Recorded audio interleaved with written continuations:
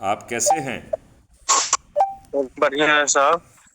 आप ये बताइए, मोदी है तो मुमकिन है, हम्म। इस ग्रुप की सोच और चिंतन क्या है? ये ग्रुप सोच और सोच और चिंतन क्या है? ये ग्रुप क्या हासिल करना चाहता है? आप तो देखिए, मैं तो उतना इतना नहीं हूँ। मोदी जी है तो मुमकिन तो है, ये है। जब मोदी जी राम मंदिर। मोदी जी यदि हैं तो मुमकिन है, तो उन्होंने 55 कानून जो संविधान के विपरीत बनाए हैं उनको क्यों रद्द नहीं किया?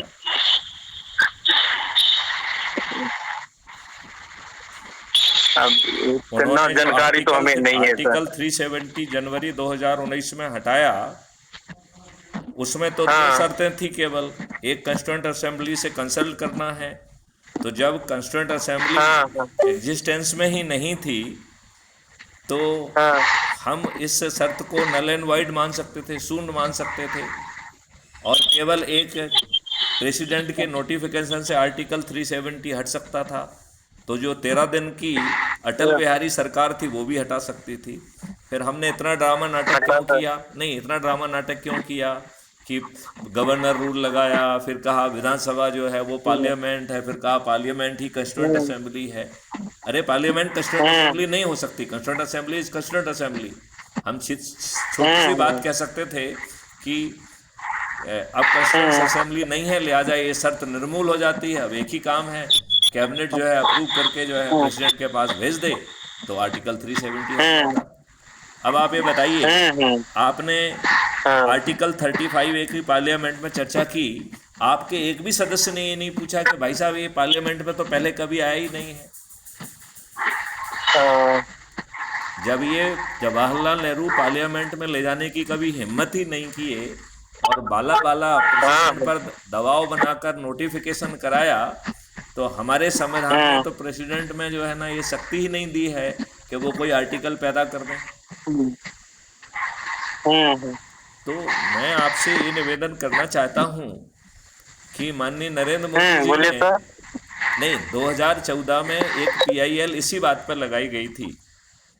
यदि माननीय नरेंद्र हाँ। मोदी जी 2014 में जवाब दे देते तथ्यात्मक कि साहब ये हाँ। कभी पार्लियामेंट में नहीं गया है, पार्लियामेंट में इसको कभी हम्म। नहीं लाया गया, पार्लियामेंट में इस पर कोई चर्चा नहीं हुई, पार्लियामेंट ने इसे पास नहीं किया, लिहाजा प्रेसिडेंट को जो है इसे नोटिफाई कर कर किसी आर्टिकल को पैदा करने की शक्ति हमारे संविधान में नहीं दी है, तो क्या 2014 में ही सुप्रीम कोर्ट ऐसे शून्य और असंवैधानिक घोषित कर देती कि नहीं कर देती? तो माननीय नरेंद्र मोदी जी ने तो इतना भी नहीं किया। जो वर्शिप प्लेसेस एक्ट है, जो वर्शिप प्लेसेस एक्ट है, वो जो है नरसिम्हा राव की लूली लंगड़ी सरकार ने बनाया था, और उसने सभी बेकार की चीज़ें उसमें लिख दी थी, सभी बेकार की चीज़ें। तो मेरा आपसे निवेदन ये है कि ये तो फिर बहुत गड़बड़ चीज़ है ना। इसको जो है माननीय नरेंद्र मोदी जी ने रिपील क्यों नहीं किया? आप तो चलिए सर चलिए वही इस बता मुद्दे पे सकते बात हैं। करेंगे। मेरा ये मानना है हम्म। कि हम माननीय हम्म। नरेंद्र मोदी जी पे दबाव बनाएं कि वो हम्म। सख्त निर्णय लें जो अभी तक नहीं लिए हम्म। गए हैं। माननीय नरेंद्र मोदी जी ये ने बात तो है। माननीय नरेंद्र मोदी जी ने पिछले 2024 के जो पार्लियामेंट बना है, उस पार्लियामेंट में हम्म। आपको मालूम है कितने क्रिमिनल भर दिए हैं? हम चार इतना सौ तो नहीं चार सौ है, तिरपन में मगर से क्रिमिनल तो है चार भरे सौ हुए बहुत तिरपन सारे। में से 251 अपराधी हैं। कहाँ ले इतना तो जाएंगे नहीं पता। माननीय नरेंद्र मोदी जी इस देश को? माननीय नरेंद्र मोदी जी को कुछ लज्जा वज्जा आती है कि नहीं आती है? मैं ये पूछ रहा हूँ, माननीय नरेंद्र मोदी जी इस देश को कहाँ तक ले जाएंगे? अब जहां तक ले जाए, अब तो उन्हीं का नैया है, उन्हीं को बचाए। नहीं, उनकी नैया बिल्कुल नहीं है। आप अच्छे भारत का संकल्प लीजिए, अपने लोगों को जोड़िए, आप चंद दिनों में 100 हाँ। करोड़ हो जाएंगे।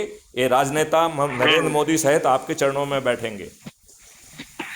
माननीय नरेंद्र मोदी जी आपके चरणों में बैठेंगे। इस पर विचार करिए, सोचिए और क्राइम फ्री भारत मिशन से जुड़िए। और क्राइम फ्री भारत मिशन की यूट्यूब चैनल है, उसे सब्सक्राइब करिए। मैं मैथ्यू शरण गुप्त बोल रहा हूँ, farmer DGP and president crime free Bharat mission. मैंने एक राजनीतिक पार्टी का भी गठन किया है जिसका नाम श्रेष्ठ आत्मनिर्भर भारत पार्टी है, जो कोई राजनीतिक गतिविधि के लिए नहीं बनी है।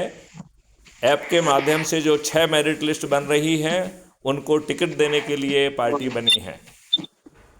लिहाजा गांव की मेरिट लिस्ट में जो नंबर 1 आएगा वो गांव का सरपंच बन जाएगा, जो पार्षद क्षेत्र में नंबर 1 आएगा वो पार्षद बन जाएगा, जो मेयर क्षेत्र में नंबर 1 आएगा वो इस अपने मेयर क्षेत्र का मेयर कहलाएगा, और जो जिला पंचायत क्षेत्र में नंबर 1 आएगा वो जिला पंचायत अध्यक्ष बन जाएगा, जो प्रदेश में नंबर 1 आएगा वो प्रदेश का मुख्यमंत्री बनेगा, 2 और 3 पर आएगा वो प्रदेश का उप मुख्यमंत्री बनेगा, 15 से 45 के बीच में आने पर राज्य सरकार के मंत्री बनेगा, और 70 से 402 के बीच में आने पर विधायक बनेगा।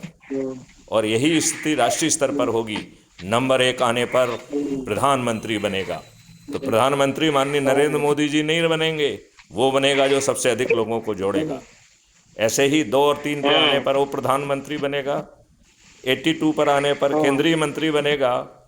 और केंद्रीय मंत्री जो है ना, प्रधानमंत्री के प्लेजर पर नहीं बनेगा, मेरिट लिस्ट में आकर बनेगा। इसी प्रकार 543 में आने पर वो सांसद बनेगा। तो इन राजनेताओं को अब पराजित करने का समय आ गया है।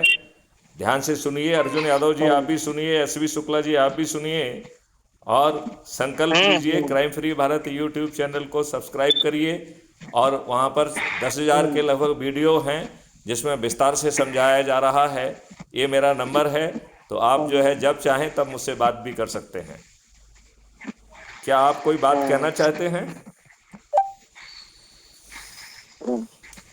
क्या आप अपने स्तर से कोई बात कहना चाहते हैं? नहीं सर, अभी तो कुछ नहीं कहना चाहता।